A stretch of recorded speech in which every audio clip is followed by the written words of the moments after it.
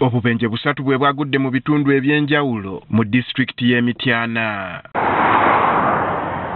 Akabenje akasoose kagudde ku luguudo oluva e Mityana okudda e Kampala ku kyalo Kiwawu kilomita 25 nga wakava mu kibuga ky'e Mityana. Kano kaguddewo ku ssaawa 8 ez'ekiro.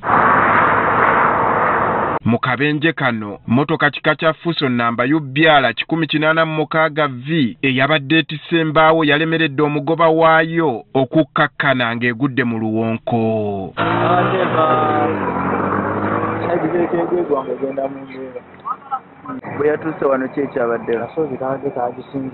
Akabenje akalala kaguddewo ku ssaawa 10 ku kyalo wa Biruuko kilomita 3 nga wakava mu kibuga ky'e Mityana ku luguudo oludda e Mubende ng'eno yabadde edda Kampala.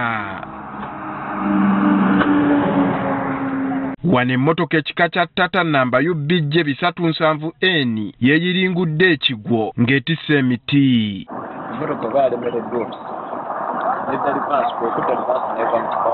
Kigambibwa eno yasoose kwabika mupiira gw'emabega ekyaviiriddeko omugoba waayo okumulemerera. Akabenje akalala kagudde ku kyalo Kikonge kilomita 24 nga wakava mu kibuga ky'e Mityana motoka ekika kya Isuzu era nga nayo yalemeredde omugoba waayo. Akabenje kano katuusewo ku ssaawa 11 ez'okumakya emmotoka eno yabadde eva Kampala ng'edda Fort Portal.